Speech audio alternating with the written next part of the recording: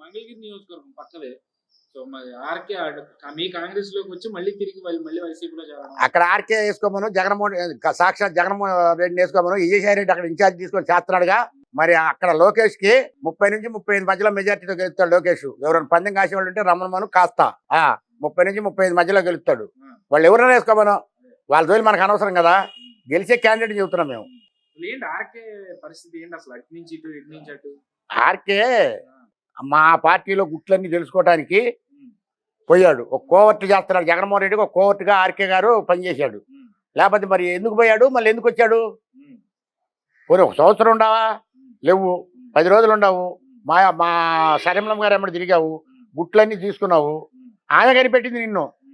నువ్వు దొంగేసాలు ఎత్తున్నావు. నిన్ను ఎవడన్నా రమ్మన్నాడు మా పార్టీలోకి? నిన్ను పిలిచామా? బొట్టు కాటికి పెట్టామని పిలిచారు ఎవరన్నా? ఏ నాయకుడన్నా వచ్చి ఆర్కే గారిని పిలిచారు ఎవరన్నా? మేము ఎవరు పిలవలేదే. నువ్వు ఎందుకు వచ్చావో, ఎందుకు పోతున్నావో, నువ్వు పోతున్నా ఎందుకు పోతున్నా నిన్ను ఎవడు ఆపి అడగలా నిన్ను. నువ్వు జగన్మోహన్ రెడ్డి కోవర్ట్ అనుకున్నావు. నేనే అనుకున్నా కోవర్ట్ అని. నీకు అందుకే నీ పేరు ఆయాలు పెట్టింది. అందుకే నేను కరకట్ట కమలాసన్ అని పెట్టింది అందుకు. నీ దగ్గర ఉండాల్సిన దేశాలన్నీ ఉన్నాయి. మరి ఎందుకు వచ్చా మా పార్టీలోకి? స్వచ్ఛందంగా ఉండు, నీ పార్టీకి నువ్వు ఉండు, సేవ చేసుకో. నా పార్టీ నేను చేసుకుంటే నువ్వు కూడా చేసుకోవయా. ఎవడొద్దన్నా నిన్ను? గుడ్ల కాల్చి బేదేయటం. ఎన్ని కేసులు పెట్టా? మా రాజధాని ఎంత నాశనం చేశావు నువ్వు? మా రాజధాని నాశనం చేసిందే ఆళ్ళ రామకృష్ణారెడ్డి కాదని నరసింహస్వామి గుళ్ళోకి రమ్మని మనం. రామకృష్ణారెడ్డి వచ్చి ప్రమాణం చేద్దాం. కాదు నేను కాదని ఎన్ని కేసులు వేసాడు మా రాజధాని మీద. అసలు ఏ రోడ్డు లేని అవుటర్ రింగ్ రోడ్డుకే, ఇన్నర్ రింగ్ రోడ్డుకే మొత్తం వేసినట్టు కేసు పెట్టాడు చంద్రబాబు మీద.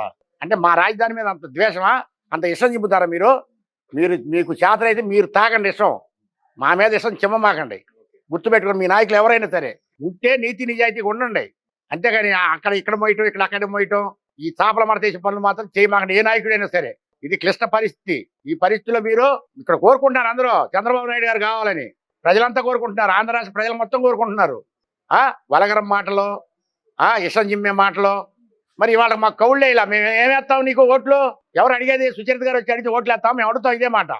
నాకు 4 ఏళ్ళ కౌలేయాలమ్మా. మరి ఏంది ముంగల ఏందో తేల్చండి అని అడుగుతా నేను. భయం అయింది ఏమన్నా మాకు? అంటే మీలాగా మేము పుట్టలేదా ఏంది? మీలాగా మేము పెరగలేదా? 2019లో లేక మాటలు చెప్పి మళ్ళీ ఓట్లు వేయించుకుంటే ఇక అబద్ధాలు ఎవరు నమ్మరండి. అబద్ధాలు నమ్మారు, వేశారు. 151 సీట్లు మెజార్టీ ఇచ్చారు. చక్కగా మా రాజశేఖర రెడ్డి గారిని చూసే ఓట్లు వేశారు ఆయనకి. ఈయన చూసే ఓట్లే ఇలా. మా రాజశేఖర రెడ్డి గారిని చూసి ఆయనలాగా పరిపాలన ఉంటుందని ఓట్లు వేశారు. ఇప్పుడు తెలుసుకొని ఇప్పుడు రేపు ఓటింగ్ సరళ ఎట్లుంటుందో చూడండి. ఉవ్వెత్తున ఎగిసిపడిద్ది. ఇదొక సునామీ లాగా. మునుపు అక్కడ బాపట్ల దగ్గర వచ్చింది ఒక సునామీ. ఆ సునామీ లాగా ఉవ్వెత్తున సముద్రం పొంగినట్టు పొంగిద్ది ఆంధ్ర రాష్ట్రం. అంతే. దీంట్లో ఎటువంటి మార్పులు చేర్పులు అనేది లేనే లేవు. ఇవన్నీ పక్కన పెడితే నిన్న జగన్మోహన్ రెడ్డి కుప్పం వెళ్ళారు. అక్కడ సభలో ఆయన చెప్తున్నారు, మీ పక్కనే ఉంది కృష్ణా నది. సో ఆ నీళ్లు కుప్పానికి తానే తీసుకొచ్చానని చెప్పి నిన్న గొప్పలు చెప్పుకుంటున్నారు. అండ్ అక్కడ ఎమ్మెల్సీగా ఉన్న భరత్ ని గెలిపిస్తే మినిస్టర్ ఇస్తానని చెప్పి. సరే నేను చెప్తానండి. నేను రేపు గుడివేళ గెలిస్తే నేను కూడా మినిస్టర్ అని. నేను గెలిస్తే మా పార్టీ గెలవాలిగా. నేను మినిస్టర్ చేయాలని నా పార్టీ గెలవరు. ఒట్టొట్టి మాటలు చెప్పుకుంటే ఉంది.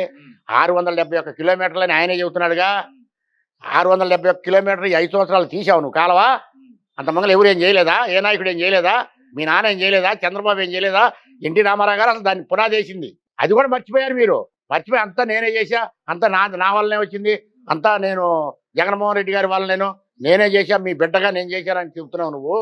అంత ముంగల మరి అదే కుప్పం నియోజకవర్గంలో ఇప్పుడు 7 సార్లు గెలిచాడు చంద్రబాబు నాయుడు గారు. దానికి ఏమంటం పెడతావు నువ్వు పోయి కుప్పంలో నువ్వు వెయ్యి. మరి రేపు ఆయన మీద నువ్వు వెయ్యి.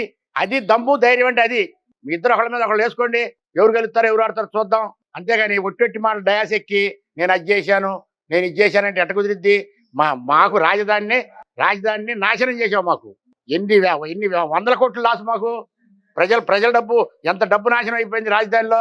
ఎన్ని రోడ్లు తోమకపోయారు, ఎన్ని బ్రిడ్జిలు ఐరన్ పగలగొట్టిపోయారు, ఎన్ని సిమెంట్ కట్టలు ఎత్తిపోయారు.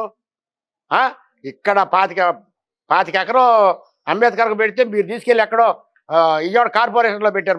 ఆ కార్పొరేషన్కి అసలు అక్కడ ఎందుకు పెట్టారో తెలుసా? ఆ స్థలం దేనికి ఉంచారు? ఆ స్థలం వెనక పెద్దలు దేనికి ఉంచారు? పెద్దలు నువ్వు బొమ్మ వేస్తావు ఉంచారా? ఆ కార్పొరేషన్కి నువ్వు 100 కోట్ల దండగ తెచ్చావు. అక్కడేసి ఆ బొమ్మను వేస్తారు. అక్కడ ఎవరన్నా కది తప్పితే నాకు అధికారం ఉందన్నావు. నువ్వు ఏమైనా చేస్తున్నారు. చేతులు ఎరగొడుతున్నారు, కాళ్ళు ఎరగొడుతున్నారు, తీసుకెళ్తున్నారు, పోలీసులని అడ్డం పెట్టుకుంటున్నారు, జైల్లో వేస్తున్నారు, కోర్టుల చుట్టూ తిప్పుతున్నారు. ఇవన్నీ జరిగాయి కదా. జరగకుండా ఏమి ఉండలేదుగా ఏ కేసు అయినా. ఎన్ని కేసులు మా మీద ఎన్ని కేసులు పెట్టారు? నా మీద ఇప్పుడు 31 కేసు ఉంది. నేను నిన్న వాయిదా పోయిచ్చా, మళ్ళీ రేపు వాయిదా పోవాలా, రోజు ఇచ్చి రోజు వాయిదాలు ఉన్నాయి నాకు. నన్ను ఏమైనా చేయాలనుకున్నా కానీ ఈ కోర్టులో ఉన్నాను కాబట్టి ఏం చేయలేరు ఎవరు. గుర్తుపెట్టుకోండి, ఎప్పుడైనా సరే మా ఇంటికి మీ ఇల్లు ఎంత దూరమో మీ ఇంటికి మా ఇల్లు అంతే దూరం.